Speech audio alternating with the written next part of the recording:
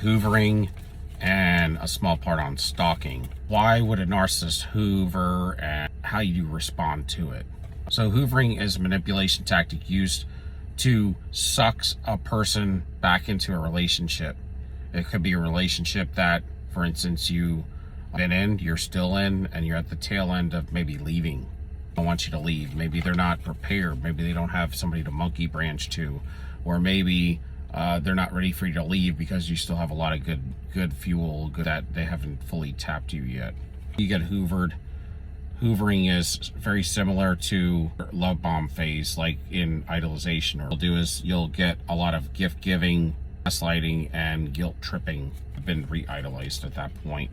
It's not about you, it's about the narcissist. You know, anything that's going on here, they're not really, missing you. We all know that.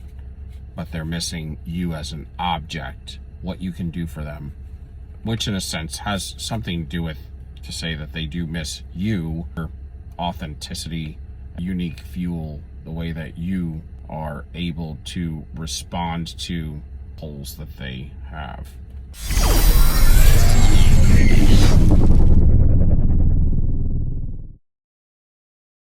It's an abusive cycle, so nevertheless, it's never going to be good for you. They will typically you or guilt trip you, and a lot of times they'll use baiting techniques and tactics to draw you in, and this gives them a sense of power control if they can convince you to, accept the Hoover when originally you were out to refuse it and you were sure of yourself that you were going to refuse it. They're very good at drawing you back in because they will do a lot of things, basically whatever it takes sometimes to get an old source of supply back that they decide that they want to have current. And a lot of times they will do it because they're needing sex, attention, or an ego boost. And, so trying to fill this narc void that through an experience with you. And this is what they do. This is where they get their fuel from. A majority of the time it is through old source of supply or current source of supply, of course, or a future love bomb and an idolization phase of a new individual. And so there's a lot of problems with this. It takes a lot of willpower when you've been with a narcissist for a while and you've been kind of addicted to them. You've coming off the addiction and it's still going to be there. And so that's why you got to have to be careful, and you don't want to speak to them for very long. So, tactics for you are to, not talk to them long if they approach you in person. You want to, because it's hard to resist a Hoover, because, you're addicted to them, they're addicted to you. They also know exactly what you want, and they will say just the right things and try to get you to believe that their words are true and you really want them to be. So a lot of times you will fall trap to, these scenarios if you're not strong.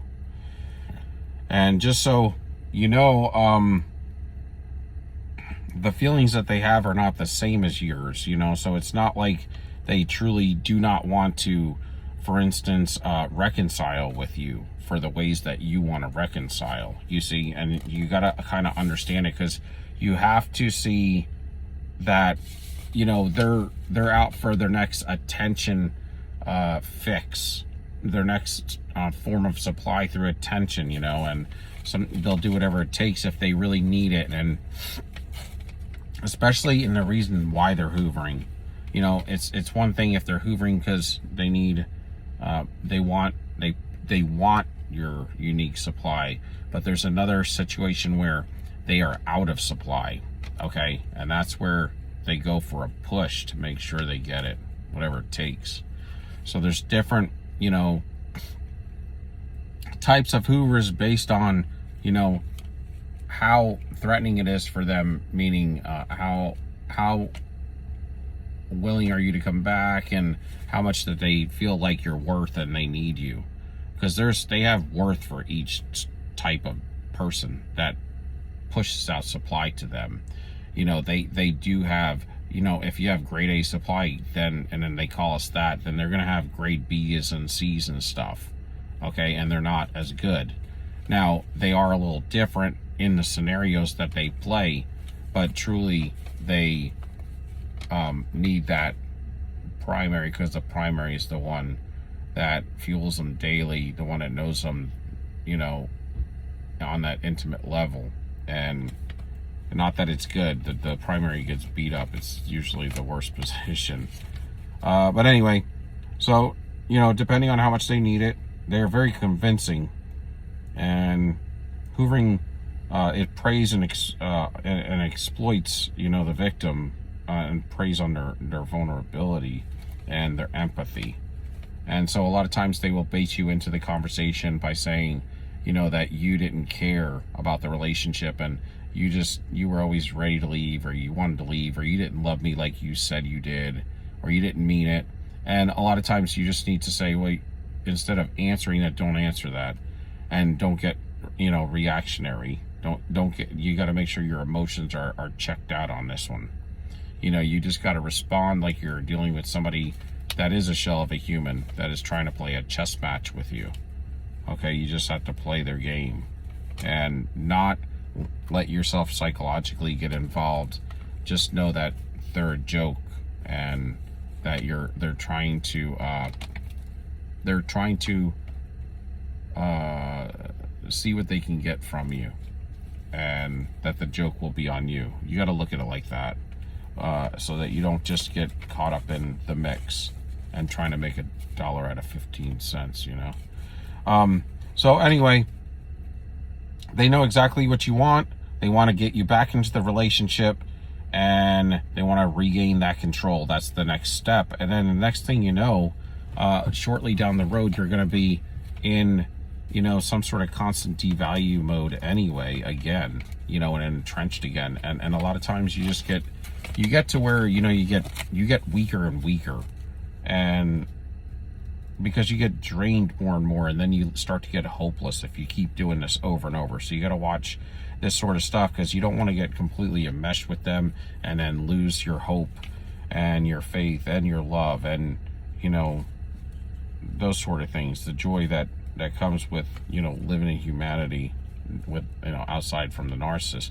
When you're dealing with somebody that's going to, bang you down to the ground and destroy you every day, it does have an effect, a negative effect on your soul. So these hoovers can come in 2 weeks. They could come in, 6 months, a year, 2 years. It just depends, man. And it also depends on the type of narcissist you're dealing with. Sometimes you're dealing with like a player narcissist. A player narcissist, they're into looks. They're into, a lot of, things. They're all into things and stuff. But, a lot of times they're not all into, they're into different things. But when it comes to like the player narcissist, they're always into like nice things and beauty, and they're going to be looking at you as far as like how you changed more than say a cerebral or something like that. So it's important to be aware of the tactics to protect, yourself, and to build good boundaries, and not to fall prey to the ways and of the narcissist when they come back to hoover you. It's always going to be an abusive cycle, and it's the fourth stage to it. So you have the love bomb, the devalue and discard, and then you have the hoover. And that's like, where people say that completes the circle. That's to get you back, to suck you back in. So it's a circle to nowhere, and it's an abusive cycle. That's where they say, wash, rinse, and repeat, And so this is what happens. You need to maintain healthy boundaries, and a lot of times they'll come in with different tactics. They might send you a photo, or and send or call you by accident, or text you by accident, say they didn't mean to, or send you a first date photo, or anything, or innuendos about having sex with you, and telling you how much they miss you. And if you have them blocked everywhere, they may do this chance encounter thing where they're used to knowing where you frequent, on a daily basis, and they may show up at say a restaurant or I don't know, just a place that you frequent. They may come to your work. They may do a pop-up at your house. They may tell you you were the best one, the only one, when, you know, they're all manipulations. And you got to be careful, or they left something at your house and they need to pick it up.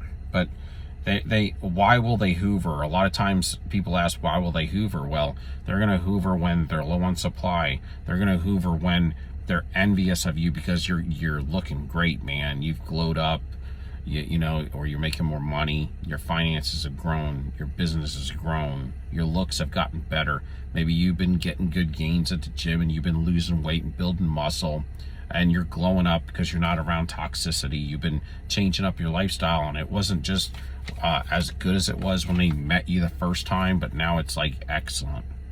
And they got to come in. So these are certain ways that and reasons why they would.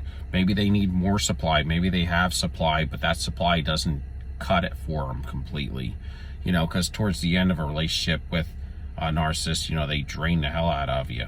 So they may need you and somebody else because, you know, you're only giving them 50% when you used to give them 100, but you don't got no fuel left.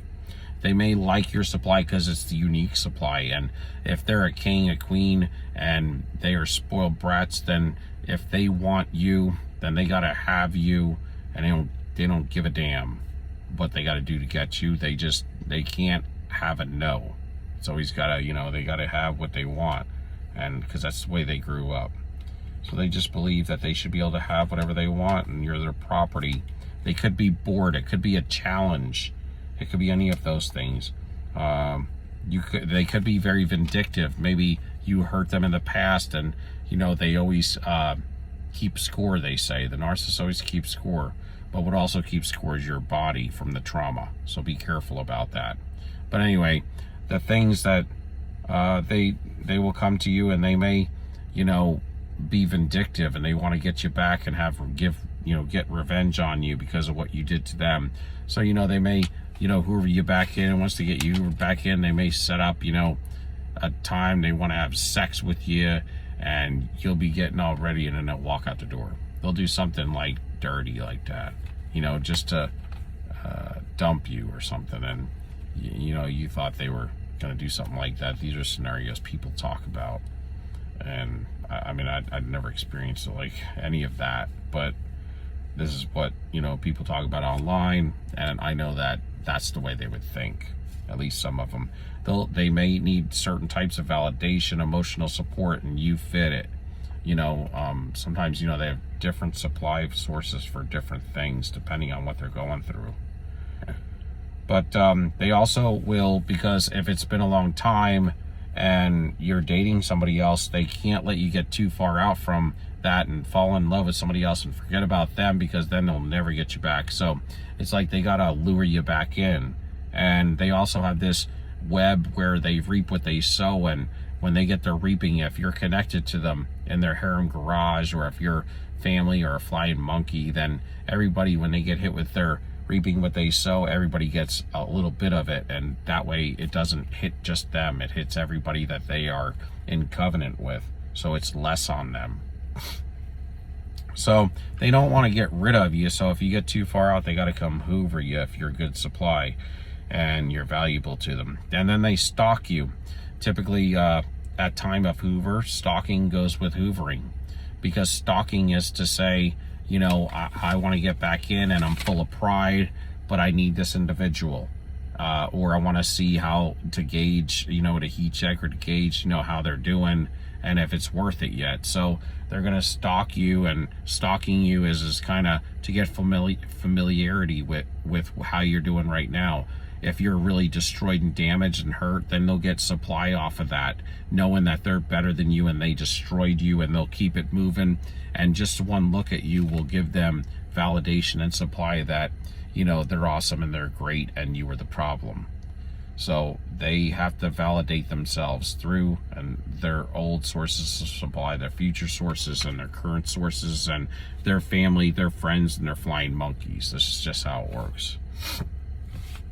They will stalk you, and if you've glowed up and if you've actually healed, and you may be just back where you were when they met you, at that respect level.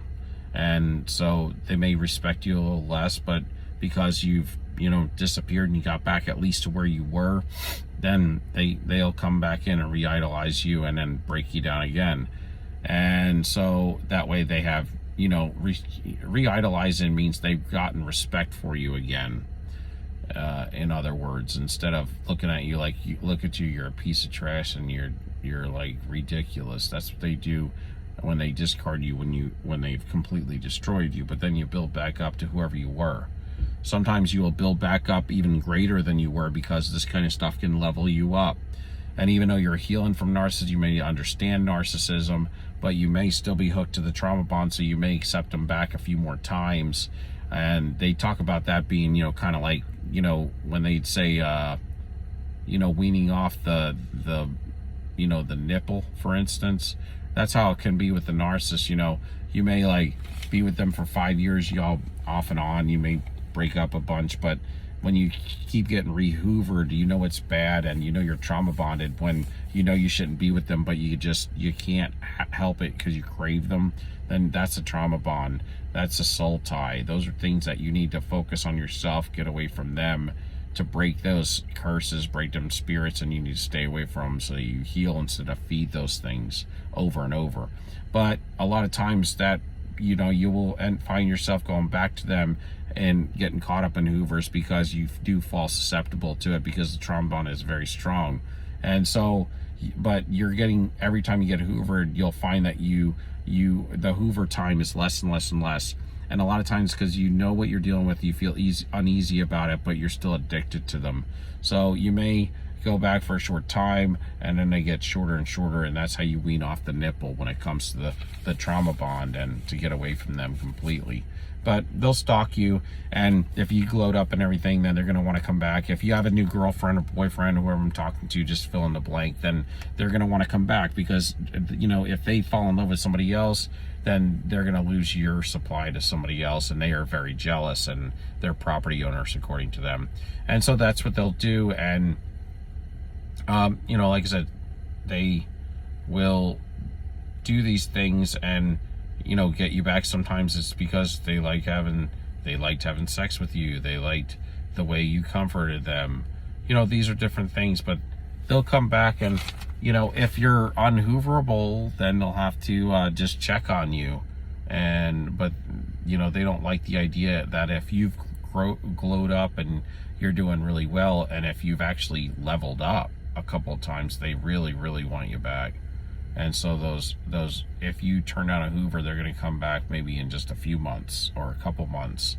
But hoover, sometimes with the player type narcissist, they may come later stage, because they have a lot more supply sources out there. So they're all about just playing around. And if they look good and they still have their looks, and they've been blessed with good looks, even though there's nothing under the hood, a lot of people will put up with that. So that's where different types of narcissists act different. All narcissists will cheat, but some of them are so ugly that nobody would cheat with them. And so they can't cheat if nobody wants to be with them, because they're not really pretty at all. They could look like the bottom of your shoe or something. I don't know. But a lot of them do seem to have been blessed with looks, but of course they have no heart, no soul, and they're very dirty inside their body. But anyway, that's kind of how it works. But you want to build boundaries, and they'll even come back and say that they got saved from God, or they've changed, or they've seen the light, and all of that.